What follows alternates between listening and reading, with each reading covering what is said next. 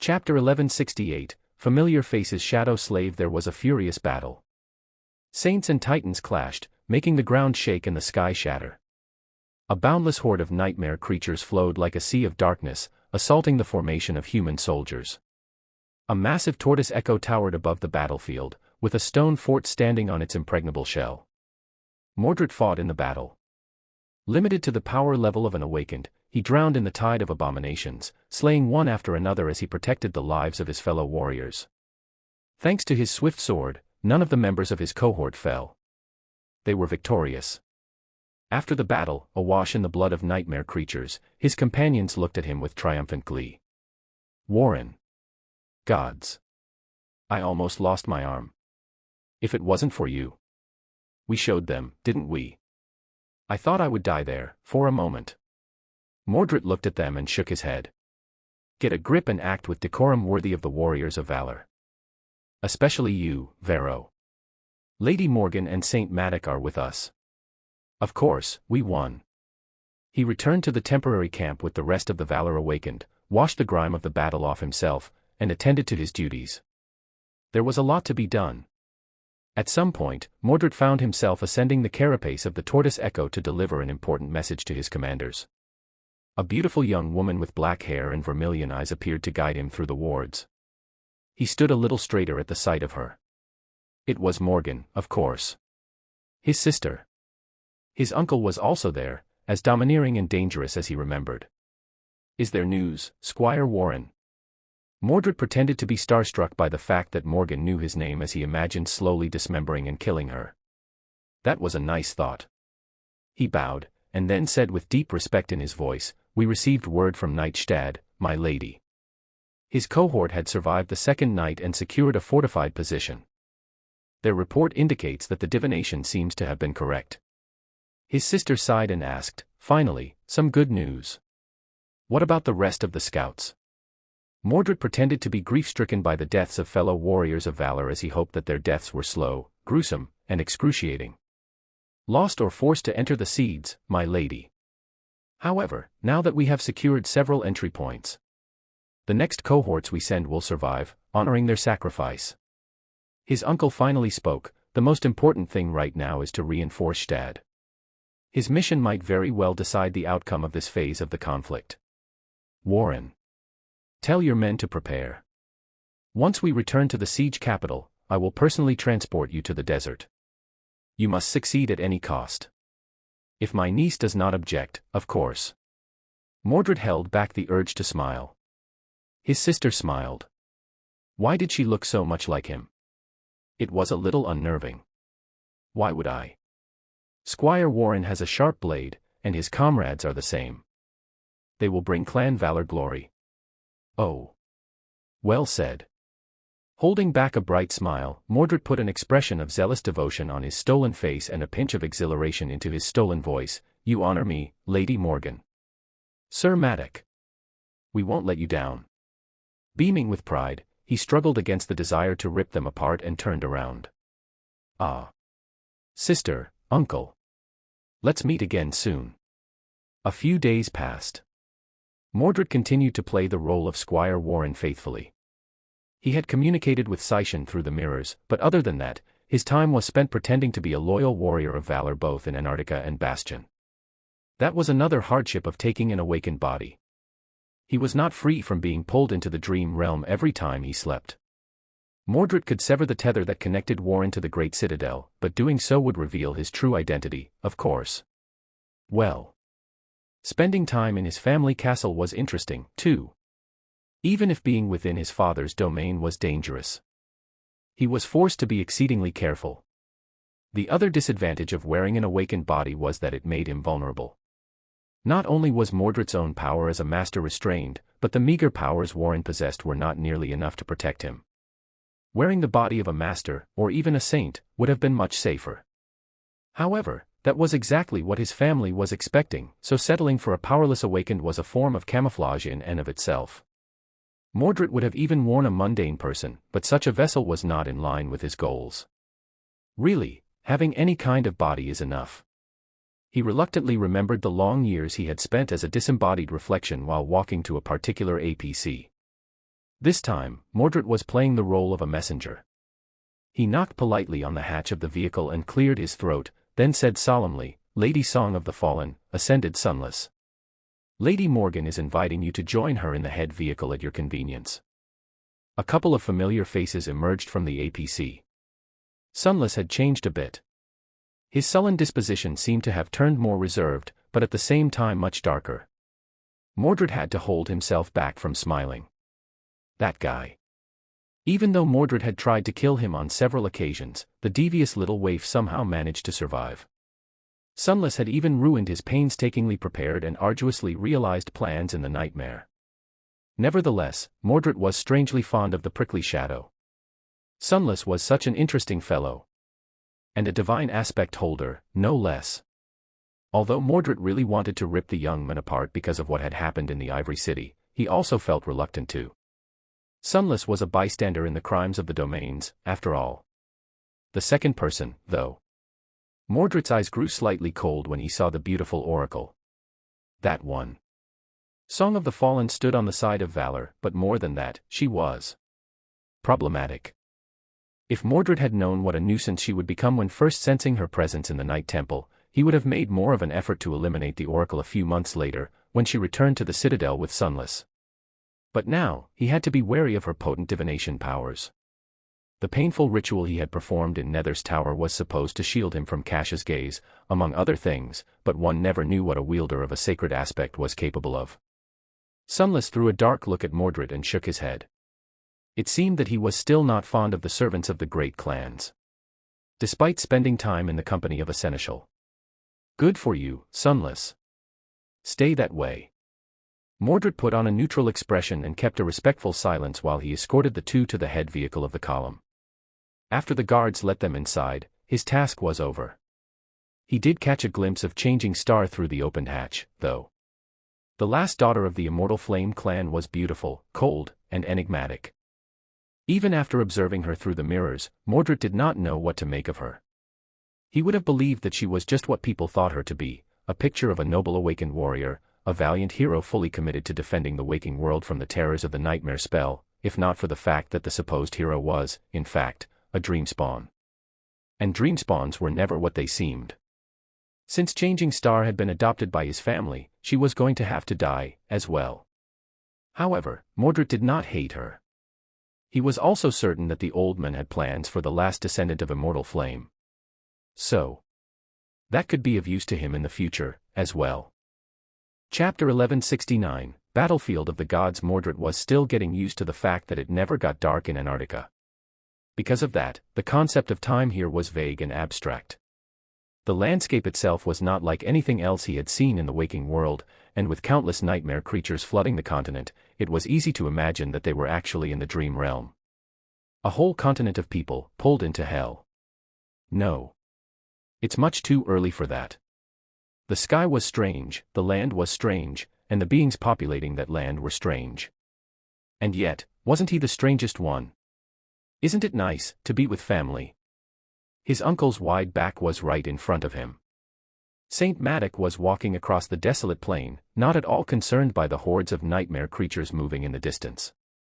A small force of awakened followed, with Mordred in the lead. They had left their vehicles behind to traverse the last stretch of wilderness on foot, knowing that remaining unseen was more important than remaining safe. The warriors of valor were subdued, but full of unshaken resolve. Even surrounded by unspeakable danger, none of them showed the smallest sign of fear. They were ready to face any kind of threat, no matter how dire, and fight any kind of enemy. Be it abominations or humans. Mordred, meanwhile, was simply staring at his uncle's back. How easy would it be to put a sword right through it? He suppressed a sigh.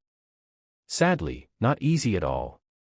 Not even because of the priceless enchanted armor Whispering Blade was clad in, but simply because Whispering Blade was Whispering Blade. If any of Mordred's family members were easy to kill, he would not be stuck wearing the cumbersome vessel of Squire Warren for so long. There'll come a day. They walked forward in silence. Eventually, the goal of their journey revealed itself. Hidden in the shadow of an abandoned fortress, a nightmare gate tore reality apart like a dark scar. The whispers of the call grew louder and louder as they approached it, and the bones of slain abominations rustled under their feet. By now, the force brought to Antarctica by his family had explored a lot of nightmare gates. They had started with those situated within the siege capitals under the clan's control, and then slowly expanded their search. This one, however, was rather special. It was the gate that Nightstad had ventured into, and the area of the dream realm connected to it hid within itself a precious treasure. The problem was that this gate was situated in an extremely dangerous part of Antarctica. It had been dangerous before because of its proximity to Song's territory, and it grew only more dire now because the hunting grounds of the corrupted Titan that still wandered the continent were slowly shifting in its direction. That was the reason why the fortified outpost had been abandoned, and why Saint Matic was personally escorting them to the destination. Squire Warren and his people, 3 cohorts of distinguished awakened warriors, were meant to be the first wave of reinforcements sent to help the knight secure his prize. Due to the importance of that mission, Whispering Blade was going to transport them across the threshold between the 2 worlds.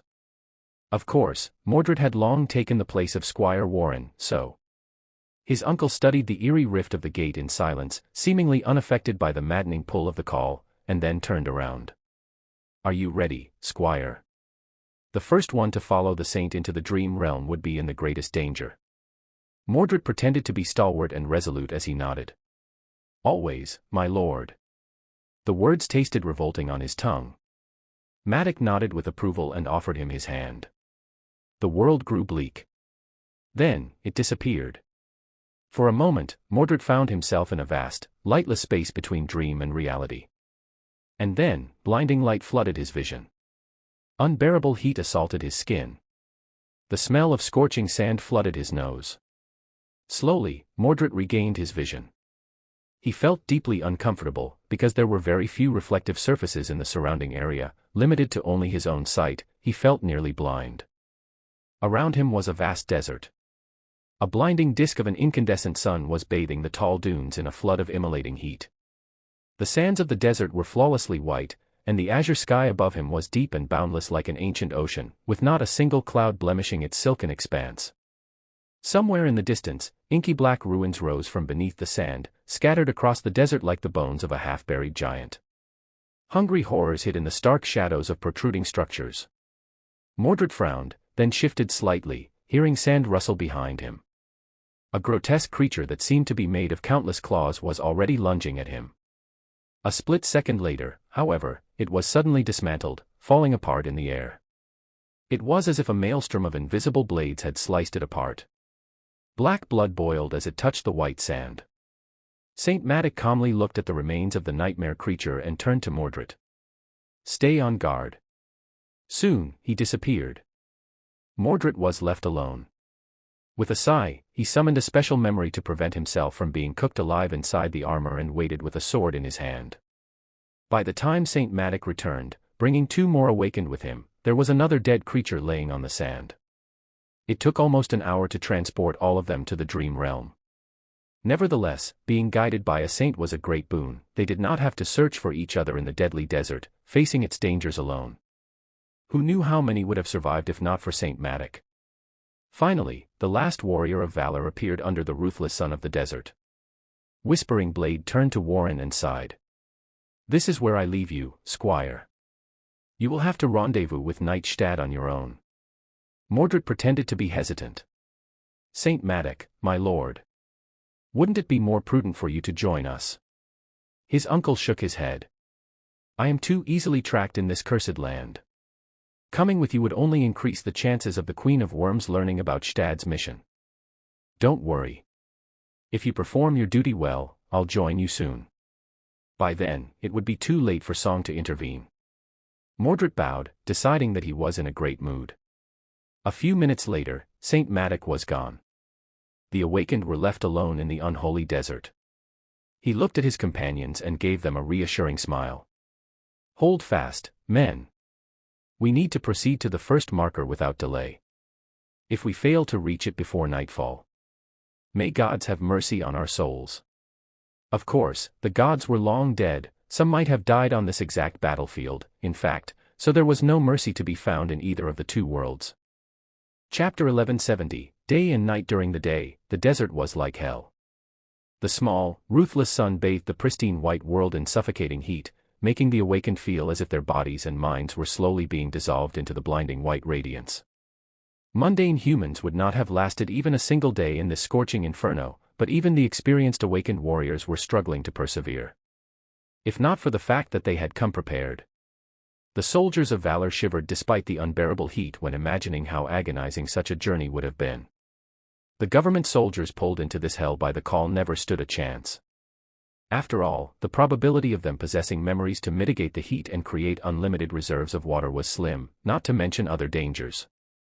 Most importantly, they would not have had a map.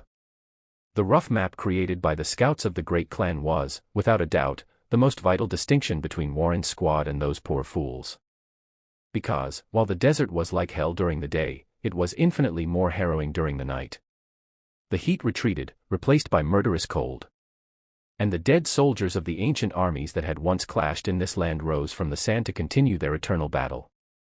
This had been one of the last battlefields in the world-ending war between the demons and the gods. Considering who had fought and fallen here, even the cursed remains of the ancient soldiers were too dreadful for mere mortals to face. If there was one mercy in the White Desert, it was that these accursed remnants were too powerful to enter the waking world through the lesser nightmare gates. Of course, there were countless other nightmare creatures populating the White Dunes, as well. These abominations were not restricted to only moving at night, and even though they preferred to stick to the shadows, Mordred and his companions had to fight more than a few horrors as they traveled across the desert. The heat, the blinding light, the constant danger of being attacked by swarms of frenzied nightmare creatures. Irritating. Mordred pierced the body of a swift abomination with his sword, then bashed it with his shield, throwing the creature back and off his blade. Sweat was rolling down his face, and his helmet felt as hot as an oven.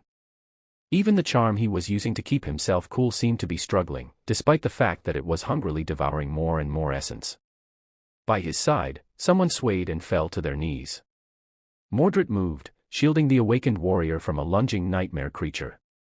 With its momentum broken, others attacked from the sides, bringing the beast down. He reached down and helped the awakened stand up. Arg. Curses. I'm sorry, Warren. The heat got to me. Mordred shook his head. At ease, Crass. Breathe. Drink some water. This was the last of them.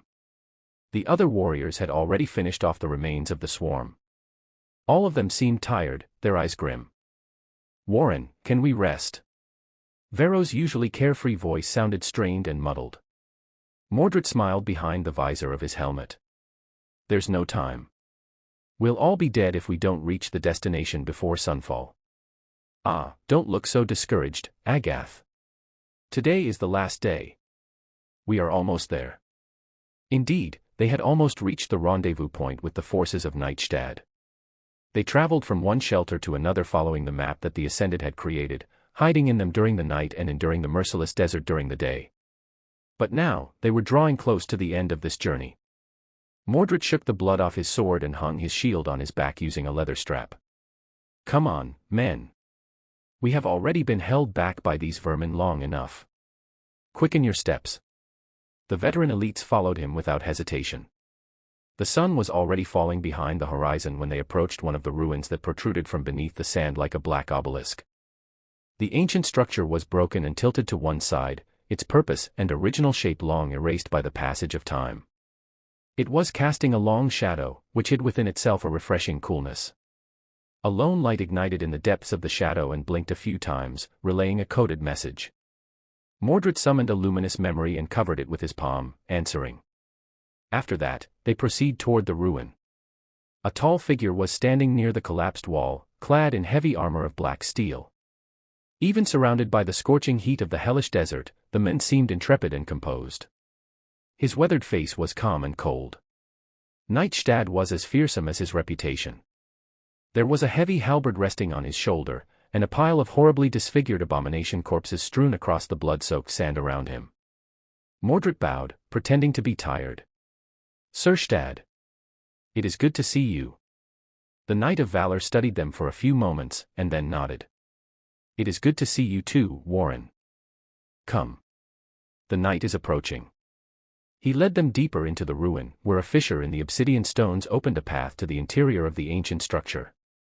Soon, Mordred found himself in a subterranean chamber that was half filled with white sand. There, a group of awakened were resting, looking rugged and battered, but also much too relaxed for the dire nature of their surroundings. The scouts. They met Warren's group with grins and welcoming gestures. Finally. We were going crazy waiting for reinforcements. Come eat, guys. You must be tired. It's Warren and his people. Good. The creature won't stand a chance. Once everyone settled, food and fresh water were distributed. Everyone was tired and hungry, so they spent some time in silence catching their breaths, recovering from being in the heat, and eating. As they did, a chilling clamor slowly rose above them, soon turning into a dreadful cacophony. The old bones were once again crawling from the sand to resume their eternal battle. At some point, Mordred put away his flask and looked at Knight Stad with a masterful pretense of respect and veneration. Sir Stad. We are at your service. What is your intention? The intrepid knight lingered for a few moments. Then, a calm smile appeared on his face. My intention is simple, Warren. Tomorrow, we will slay the Guardian. And take the citadel.